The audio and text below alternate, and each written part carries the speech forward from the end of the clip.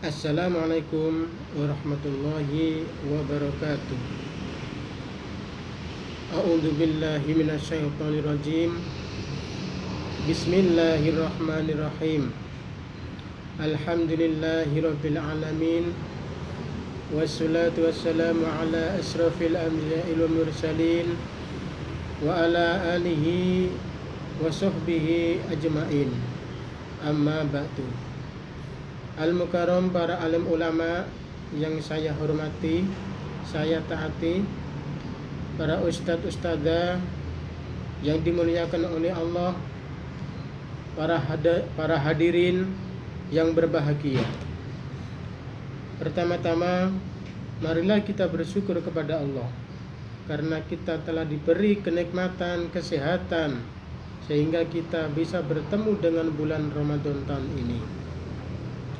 Kedua kalinya, semoga salawat serta salam tetap terlimpahkan kepada junjungan kita Nabi besar Muhammad sallallahu alaihi wasallam.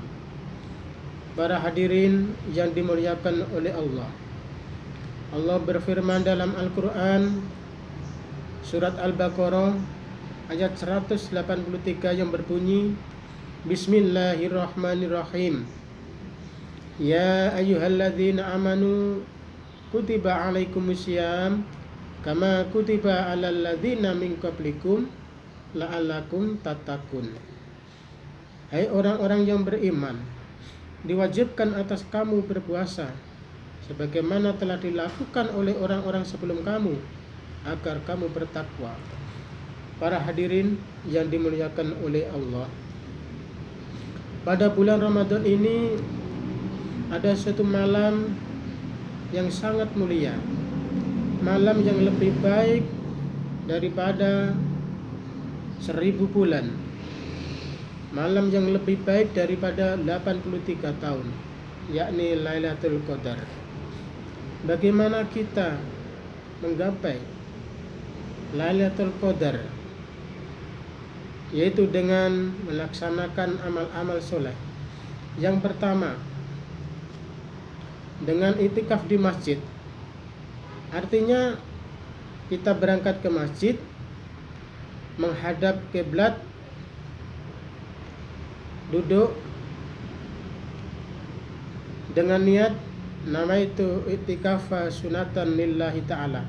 Saya niat itikaf sunnah karena Allah Ta'ala, dengan membaca istighfar, sholawat, membaca Al-Quran.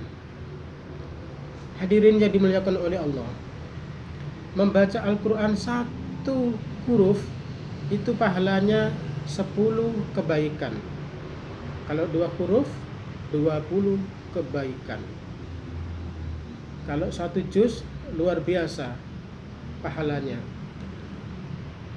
Membaca Al-Quran satu huruf 10 kebaikan pahalanya.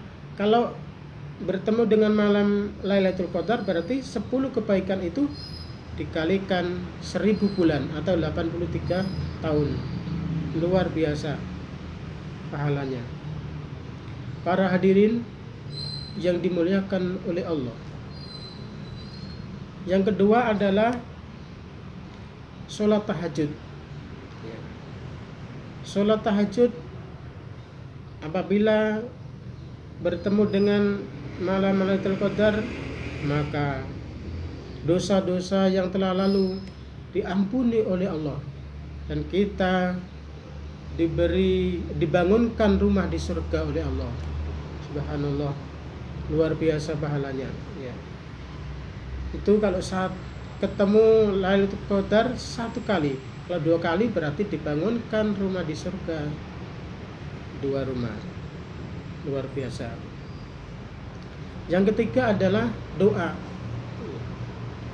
Doa ini adalah senjatanya orang muslim ya. Jadi jangan meremehkan doa. Hadirin yang berbahagia, Malaikat Jibril menceritakan kepada Nabi Muhammad SAW, ada seorang hamba Allah atau wali Allah yang bernama Sam'un.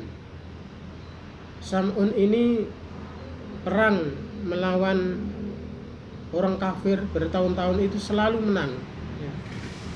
Tidak pernah kalah. Kemudian orang kafir ini mencari istrinya Sam'un, ya. Istrinya Sam'un itu juga orang kafir. Orang kafir ini ketemu dengan istrinya Sam'un, bilang ke istrinya Sam'un, kalau kamu bisa membunuh suamimu, maka saya beri harta yang melimpah, harta yang banyak. Kemudian istri Sam'un ini setuju dengan tawaran itu. Ketika Sam'un tidur, maka tangan dan kakinya Sam'un diikat oleh istrinya. Ketika Sam'un bangun, Sam'un tanya pada istrinya, siapa yang mengikat saya ini? Jawabnya istri Sam'un, saya ingin mengetahui kekuatanmu. Kejadian itu diceritakan oleh orang kafir sama istrinya Sam'un. Kemudian orang kafir memberi rantai besi kepada istri Sam'un untuk mengikat Sam'un. Suatu ketika Sam'un tidur, tangan dan kakinya Sam'un diikat dengan rantai besi itu. Kemudian Sam'un bangun. Ketika bangun, rantai besi itu lepas lagi. Lepas.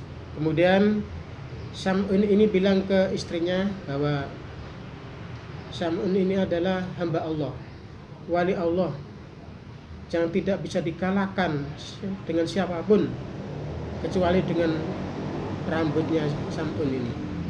Mendengar seperti itu, maka suatu saat Sam'un ini tidur,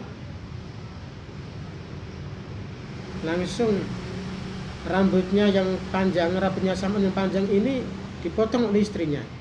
Dipotong, kemudian rambutnya ini diikatkan, ya, ke tangan dan kakinya Sam'un. Kemudian Sam'un bangun, sudah tidak berdaya, tidak mempunyai kekuatan. Ketika tidak mempunyai kekuatan ini, istri Sam'un menemui orang-orang kafir,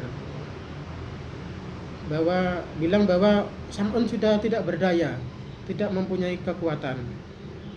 Setelah itu orang-orang kafir berbondong-bondong menemui Sam'un. Sam'un dibawa keluar rumah, ya. Dibawa keluar rumah, digantung di suatu tempat, ya. Digantung, kemudian telinganya dipotong, ya. Matanya ini diambil,